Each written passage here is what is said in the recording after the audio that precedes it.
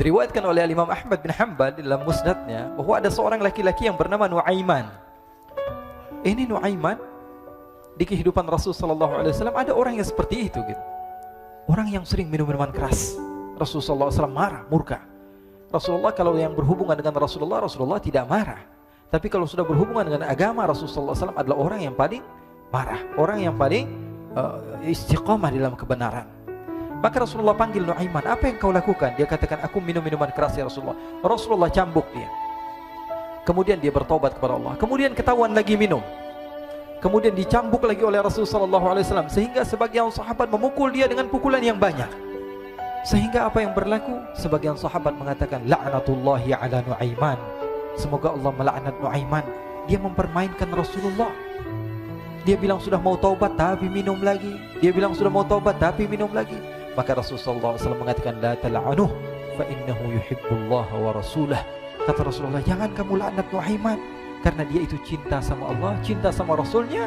Dalam riwayat dia dicintai Allah dan dicintai oleh Rasulnya Muhammad sallallahu alaihi wasallam. Ibn Majah menceritakan bahwa Nuaiman ini pernah suatu waktu diajak oleh Sayyidina Abu Bakar pergi ke negeri Syam. Negeri Syam itu di mana? Seperti yang diceritakan tadi, antara daerah Suriah, Lebanon, Yordania, kemudian Palestina. Daerah seperti itu. Umumnya orang Quraisy pada masa itu mereka memiliki rihlah berdagang, membeli dagangan ke Syam, kemudian dijual lagi di kota Makkah. Ketika itu Rasulullah SAW didatangi Abu Bakar. Sayyidina Abu Bakar mengatakan kepada Rasulullah, ya Rasulullah, saya mau izin ya Rasulullah. Mau apa? Saya mau ajak dua sahabat kamu ini ikut berdagang ya Rasulullah. Siapa kata Rasul? Nuaiman. Kata Rasulullah SAW, Nuaiman kamu mau ajak? Mau ngapain? Biar seru-seruan aja ya Rasulullah. Kata Rasulullah, ya sudah, saya izinkan kamu bawa Nuaiman. Ketika itu Sayyidina Abu Bakar membawa Nuaiman sama satu sahabat namanya Suwaibid ibn Harmalah. Siapa namanya? Suwaibid ibn Harmalah. Ini sahabat Rasulullah SAW yang memiliki sifat yang berbeda-beda. Kalau Nuaiman ini aneh. Pernah Rasulullah SAW dibawain makanan banyak, dikasih Rasulullah, dikasih sahabat semua. Semuanya sudah makan, tiba-tiba si Nuaiman ini, sahabat Nabi Nuaiman mengatakan kepada Rasulullah, ya Rasulullah, ini yang penjualnya, tolong kau yang bayar ya Rasulullah. Makanan udah habis. Makanan udah habis, Rasulullah SAW bingung, saya yang bayar. Akhirnya Rasulullah katakan kepada sahabat, ayo keluarkan uang, kita patungan, kita bayar. Rasulullah aja dimainin, apalagi kita orang. Sallu ala Nabi Muhammad. Nuaiman diajak Sayyidina Abu Bakar. Kata Rasulullah SAW, benar kamu mau ajak Nuaiman? Iya ya Rasulullah. Diajaklah. Diceritakan dalam riwayat Ibn Majah, diceritakan juga dalam Syiar A'lam An-Nubala, diceritakan juga dalam musnadnya Imam Ahmad bin Hanbal, dalam riwayat Imam Ahmad bin Hanbal. Maka diceritakan Nuaiman diajak oleh Sayyidina Abu Bakar. Sesampainya di negeri Syam, semua dibagi tugas. Fulan bin Fulan kerjaannya ini, Fulan bin Fulan kerjaannya ini, semua memiliki kerjaan. Nuaiman tanya, wahai Abu Bakar, kerjaannya saya apa wahai Abu Bakar? Kata Sayyidina Abu Bakar, kamu mau ngapain terserah kamu wahai Nuaiman. Yang penting kamu ikut saya kan. Kemudian satu di antara mereka namanya Suwaibid ibn Harmalah ditanya oleh Sayyidina Abu Bakar, wahai Suwaibid, kamu mau kerjaan apa? Kata Suwaibid, terserah kamu wahai Abu Bakar. Kata Sayyidina Abu Bakar, kamu menjaga makanan, karena saya tahu kamu ini adalah orang yang senantiasa menjaga amanah. Suwaibid ini kalau disuruh maju dia maju, disuruh mundur dia mundur, disuruh ke kanan dia ke kanan, disuruh ke kiri dia ke kiri. Orang yang ikut aja. Kalau Nuaiman beda, disuruh maju dia ke belakang, kasih sen kanan ke kiri belok. Nuaiman itu orang yang berbeda. Maka Suwaibid mendapatkan tugas, semua mendapatkan tugas kecuali Nuaiman. Sehingga ikhwani, apa yang berlaku, apa yang terjadi? Sayyidina Abu Bakar pergi sibuk dengan kesibukannya, sehingga datanglah waktu siang. Nuaiman sudah lapar. Nuaiman cari makanan. Dia nggak punya uang, diajak Sayyidina Abu Bakar tapi tidak diberikan uang. Sehingga dia cari-cari makanan. Dia tahu Suwaibid yang jaga makanan, dikatakan, wahai Suwaibid, saya mau makan, berikan kepada saya satu roti saja. Yang terpenting apa? Saya makan sekarang, saya sudah lapar. Kata Suwaibid, ya Allah Nuaiman, kita tunggu Abu Bakar saja sehingga dia datang, karena ini amanat. Amanat dari Abu Bakar, saya tidak boleh berikan kepada siapapun kecuali atas izin Abu Bakar. Kata Nuaiman, kasih saya makanan, kalau tidak saya bikin masalah sama kamu. Merah wajahnya Suwaibid, karena dia tahu, jangankan saya, Rasulullah aja dimainin. Bingung, apa yang harus saya lakukan? Akhirnya Nuaiman bilang, gampangannya aja, kata Nuaiman, kamu kasih saya makanan, atau kalau tidak saya bikin masalah sama kamu. Bingung Suhaib pikir panjang. Setelah itu dia katakan, ya sudah Nuaiman, saya tetap mau jaga amanah Abu Bakar, karena saya takut ini adalah perintahnya Allah, perintahnya Rasulullah SAW, dan perintah daripada Abu Bakar, sahabatnya Nabi. Kata Nuaiman, kalau memang begitu kamu maunya, ya sudah, berarti kamu ngajakin berantem sama saya. Nuaiman pergi ke pasar. Dia cari-cari tempat penjualan hamba sahaya. Dia lihat-lihat beberapa hamba sahaya. Ini berapa harganya? Ini katanya 10 qalanis. Ini berapa? Ini harganya, hitungan orang zaman dahulu, kita sih hitung seperti dirham, berapa ratus dirham gitu, 200 dirham. Yang ini berapa? 300 dirham.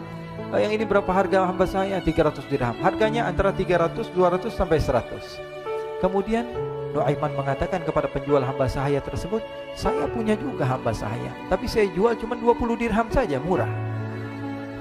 Apa benar ada hamba saya harganya segitu? Iya, karena dia punya aib, ada kekurangan. Apa? Nanti kalau kalian tangkap, dia bakalan teriak, saya ini bukan hamba sahaya tapi orang merdeka. Akhirnya semua orang berkumpul mau beli. Ini Nuaiman sama Nuaiman diajak ke Suhaib bin Harmalah tadi. Kata Nuaiman, itu ada orang yang berdiri sedang menjaga makanan, itu hamba sahaya saya, tangkap saja. Oh baik. Diberikan uang 20 dirham, dimasukkan oleh Nuaiman ke kantongnya, kemudian Suhaib ditangkap. Ketika ditangkap, Suhaib teriak, saya bukan hamba saya orang merdeka. Maka orang-orang tersebut mengatakan, saya sudah tahu kekurangan kamu. Ini memang kekurangan kamu, memang kamu, tapi saya tidak perlu dengan bacot kamu, yang penting kerjanya kamu gitu. Ya kan hamba saya untuk apa? Untuk kerja. Mau dia ngomong apa, mau ngomel terserah, yang penting dia mau kerja. Akhirnya ditangkaplah Suhaib dan dijual di pasar. Nuaiman punya uang banyak ini. Dia beli makanan, dia beli minuman, dia beli hadiah buat Rasulullah. Dia beli macam-macam di negeri Syam ini. Waktu itu adalah superpower, adidaya Romawi.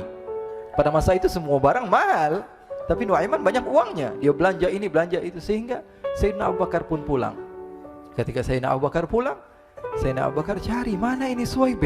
Kita semua sudah lapar. Kata Nuaiman dengan mudahnya dia mengatakan, sudah saya jual wahai Abu Bakar. Maka Sayyidina Abu Bakar bertanya, apa yang kau lakukan wahai Nuaiman? Diceritakan oleh Nuaiman dengan jujur. Nuaiman ini orangnya apa adanya, tapi nyusahin. Saya jual. Akhirnya dibawa oleh Nuaiman, Sayyidina Abu Bakar pergi ke mana?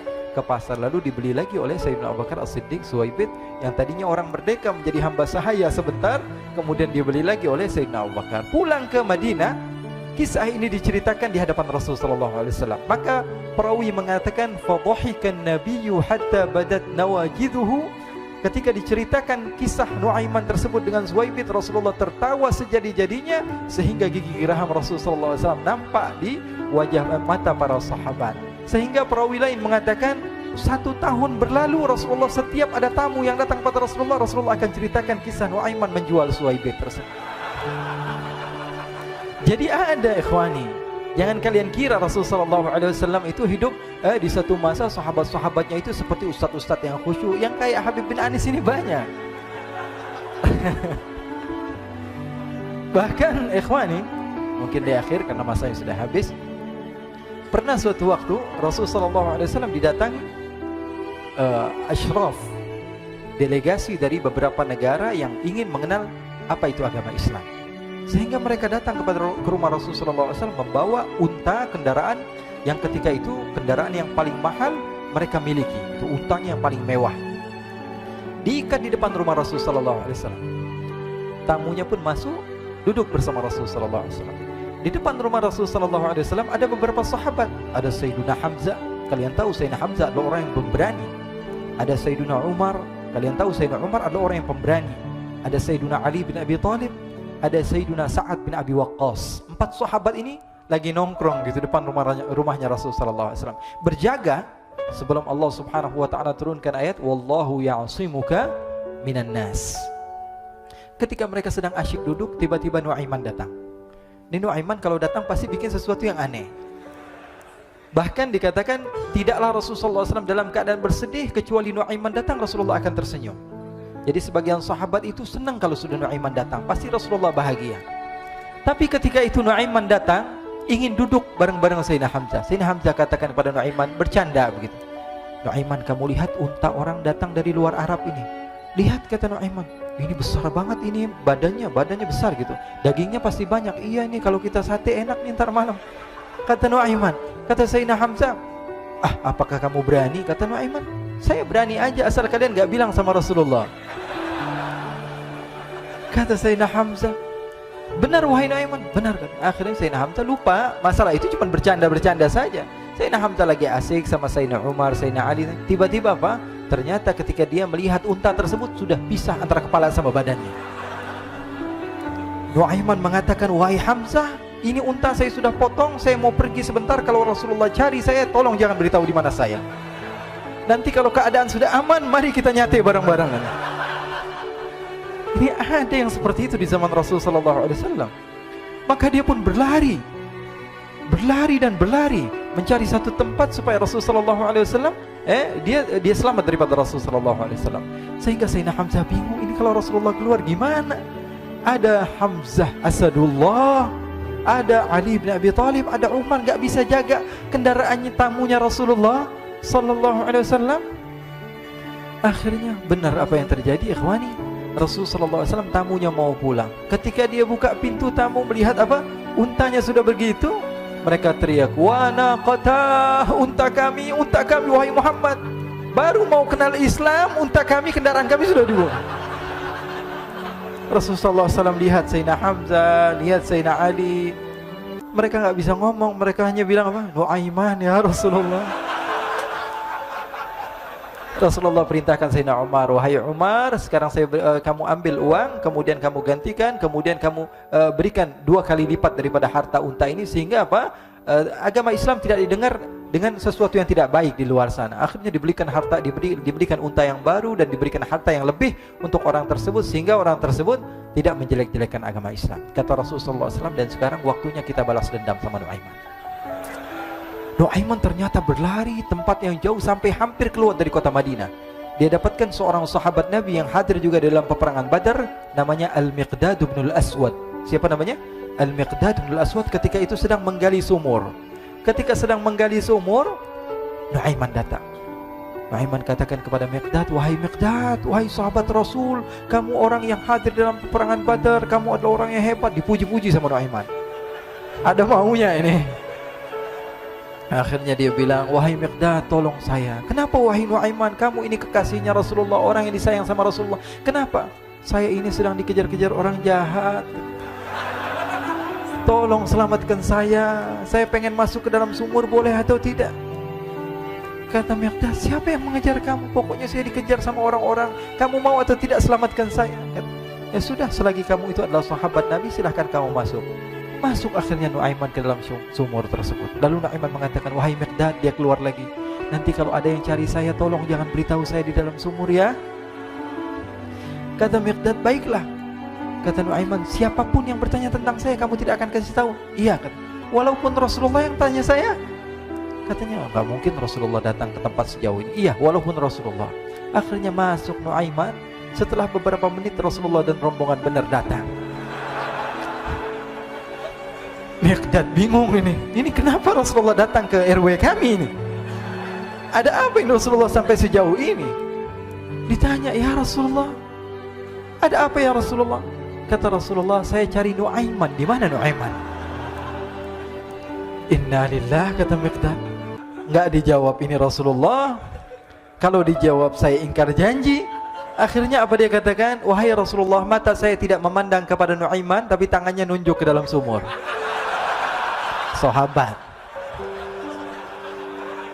Apa dia bilang? Mata saya tidak melihat kepada Nuaiman, tapi tangannya nunjuk ke sumur. Akhirnya dibuka sama Rasulullah, Nuaiman muncul. Kata Rasulullah, Nuaiman, kamu bikin malu saya, wahai Nuaiman. Ya Rasulullah, yang bersalah bukan saya, tapi orang yang mencari saya bersama kamu ya Rasulullah. Akhirnya Rasulullah nengok siapa, ternyata Nuaiman sudah lari kabur. Sallu ala Nabi Muhammad. Kisah-kisah seperti ini sebenarnya banyak sekali ya. Ini menunjukkan kepada kita bahwa kehidupan Rasulullah itu begitu indah. Rasulullah SAW, kalau kamu mau menjadi orang yang baik, contoh Rasulullah. Mau menjadi bapak yang baik, contoh Rasulullah. Mau menjadi pemimpin peperangan yang baik, Rasulullah. Mau menjadi murid yang terbaik, contoh Rasulullah. Bagaimana akhlak Rasulullah. Mau menjadi suami yang baik, contoh Rasulullah. Dalam segala hal, apapun itu, Rasulullah SAW adalah makhluk yang paling terbaik.